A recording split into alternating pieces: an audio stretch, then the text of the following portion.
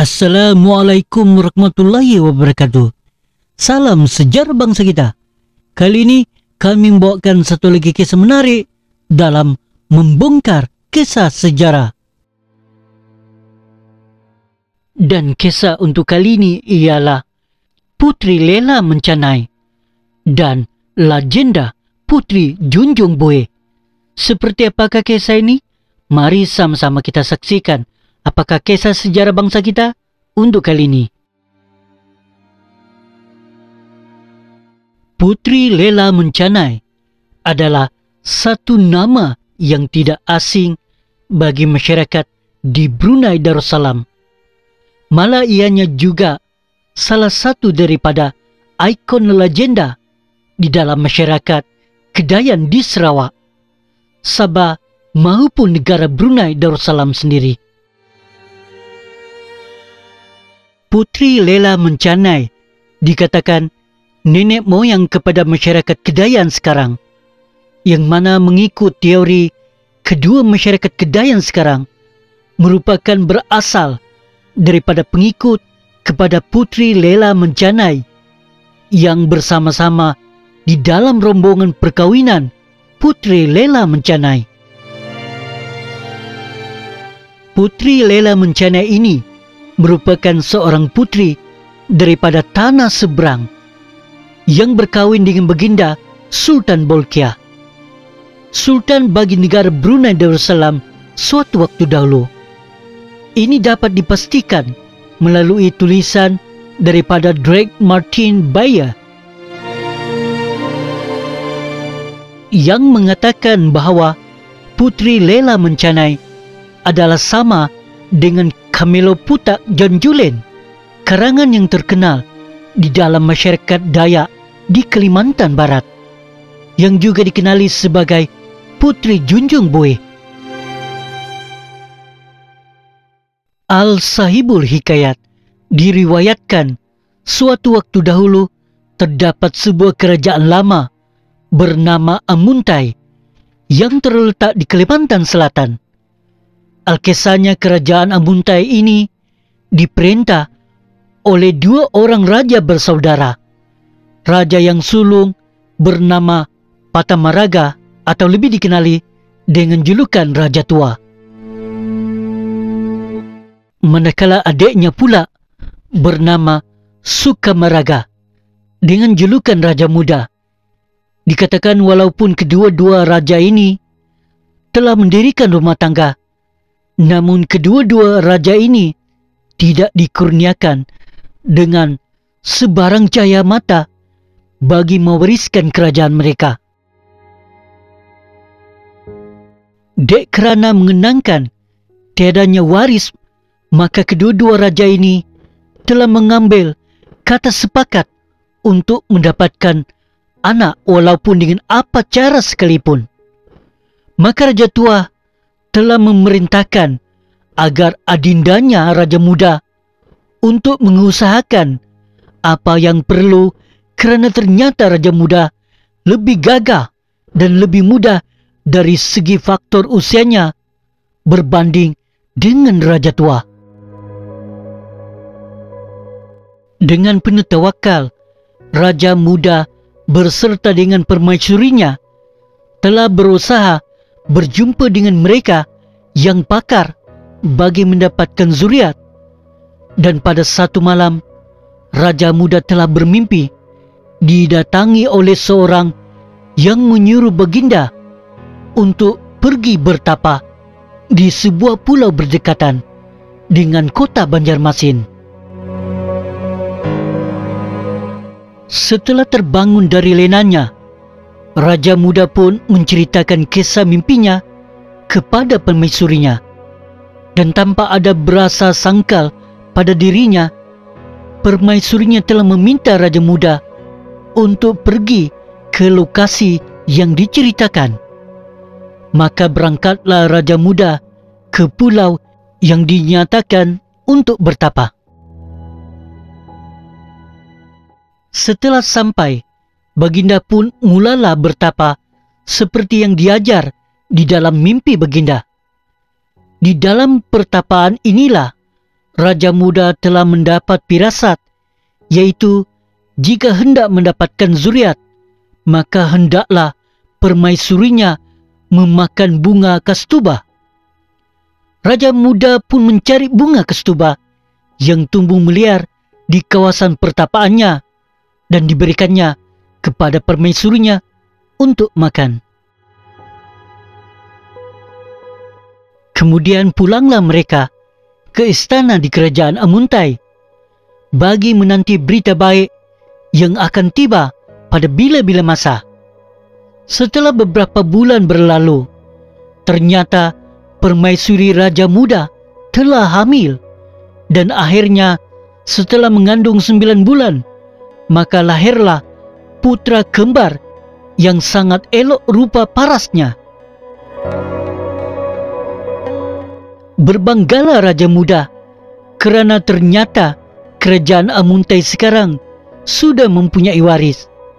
Berlainan pula kisahnya dengan Raja Tua yang mendengar perkabaran gembira daripada Raja Muda juga mempunyai keinginan untuk mempunyai cahaya mata sendiri. Maka Raja Tua dan permaisurinya pun berdoa dengan para dewa agar dikurniakan cahaya mata juga. Pada malamnya, Raja Tua pula didatangi oleh seorang di dalam mimpinya yang menyuruh Baginda untuk bertapa di sebuah lokasi bernama Candi Agung yang terletak di luar kota Amuntai.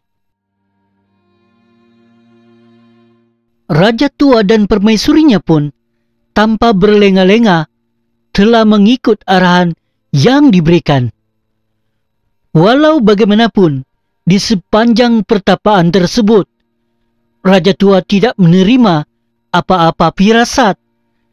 Dan setelah tempo pertapaan selesai, Baginda dan permaisurinya pun berangkat pulang ke istana dengan penuh sebak di dada. Di dalam perjalanan pulang, permaisuri merasa dahaga. Lalu mereka pun mengambil keputusan untuk berehat di sebatang sungai yang agak jernih. Ketika permaisuri mencedok air bagi menghilangkan dahaganya, alangkah terkejutnya permaisuri secara tiba-tiba berbuih-buihlah di tengah sungai tersebut. Dan tidak semena-mena timbullah seorang bayi perempuan yang terapung-apung dan mula menghampiri permaisuri. Rupa paras bayi perempuan tersebut terlalu indah dengan putih berseri-seri. Raja Tua dan permaisuri percaya bahwa inilah zuriat yang diberikan kepada Baginda, lalu mengambil keputusan untuk mengangkat bayi perempuan tersebut sebagai putrinya. Kerana keindahan rupa paras bayi tersebut serta daripada mana asalnya, maka bayi perempuan ini pun diberikan nama Putri Junjung Buih.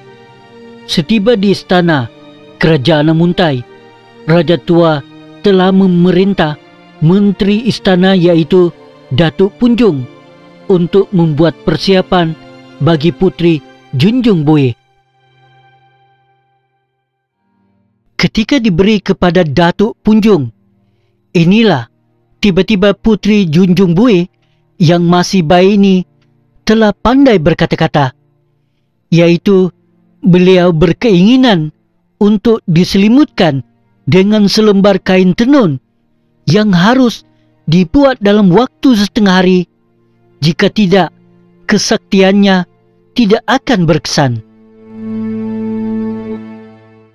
Mendengar atas perkara tersebut, Raja Tua pun bertitah untuk memanggil siapa jua wanita yang ahli di dalam membuat tenunan kain. Pada masa itu, Putri Junjung Buih hanya di dalam dakapan permaisuri Raja Tua, tidak diletakkan di atas katil. Setelah menghadapnya 40 wanita kerajaan Amuntai yang ahli menenun, maka bertitalah raja tua, yaitu barang siapa yang mampu menenun selembar kain seperti yang dimahukan oleh Putri Junjung Buih di dalam masa setengah hari, maka wanita itulah yang akan diangkat menjadi pengasuh utama Putri Junjung Buih dan dikurniakan dengan segala hadiah daripada raja tua. Ternyata hanya seorang sahaja wanita yang mampu menyiapkan selembar kain tenunan di dalam waktu yang dibenarkan, yaitu seorang wanita bernama Ratu Kuripan. Tenunan yang dihasilkan bukannya calang-calang, kerana tenunan yang dihasilkan amat indah sekali. Akhirnya Putri Junjung Buih diselimutkan dengan selembar tenunan itu dan diserahkan kepada Ratu Kuripan untuk dijaga. Dan seelok-eloknya di dalam istana kerajaan Amuntai. Apabila meningkat dewasa, raja tua dan raja muda ingin menyerahkan kekuasaan kerajaan Amuntai kepada zuriat-zuriat mereka, maka berpakatlah mereka untuk menyatukan Putri Sulung Raja Muda dengan Putri Junjung Buih. Namun begitu, mengikut ceritanya, putra kembar yang bungsu Raja Muda juga menaruh hati kepada Putri Junjung Buih.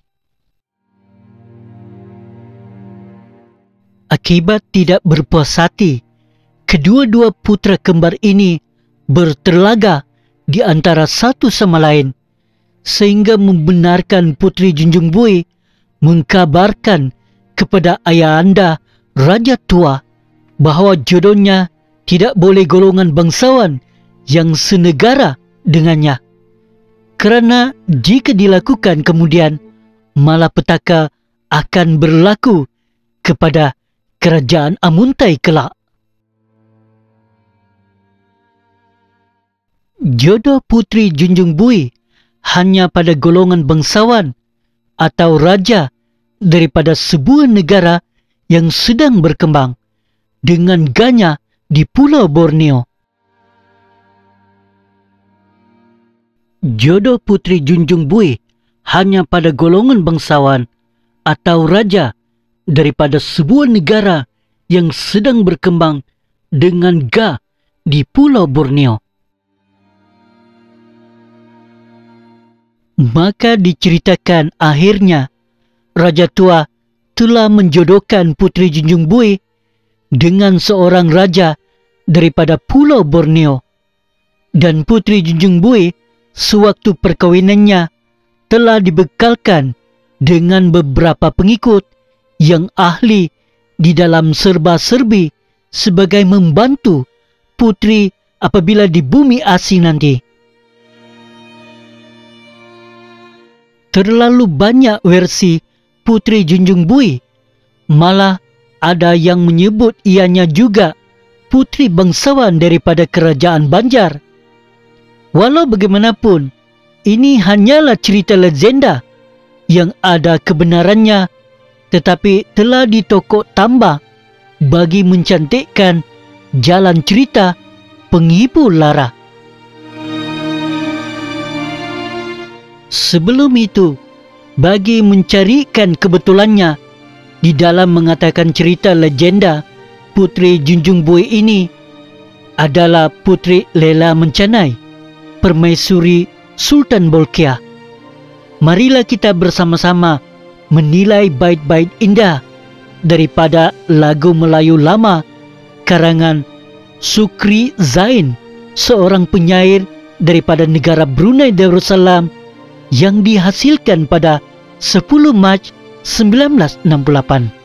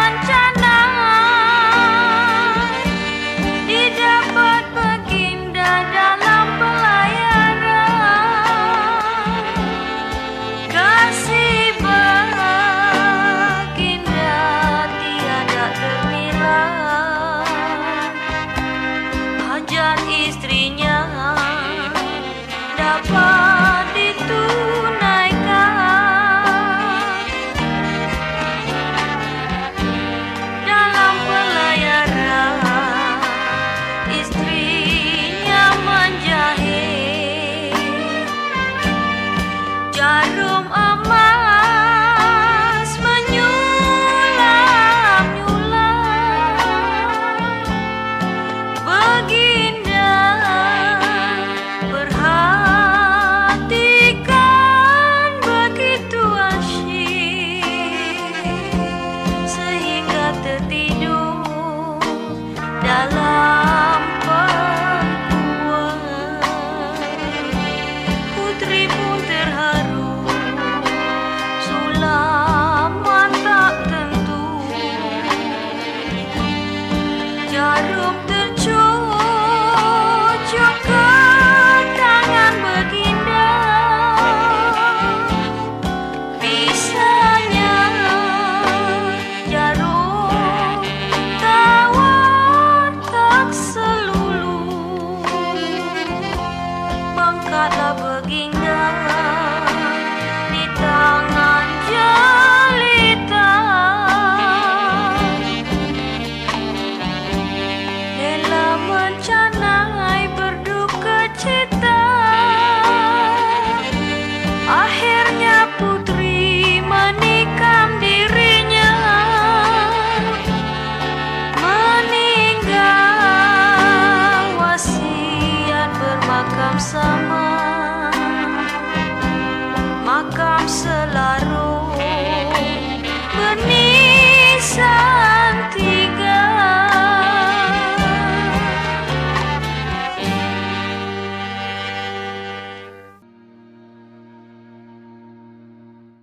Adakah kedua-dua nama ini adalah putri yang sama? Hanya Allah yang tahu segalanya. Diharap cerita legenda ini akan menjadi sumber cerita untuk kita perturunkan kepada generasi kita yang seterusnya. Sesungguhnya kita yang berada di satu pulau yang sama, mempunyai perkongsian cerita legenda yang agak sama, yang wajar kita lestarikan menjadi karya agung buat tatapan generasi mendatangkan.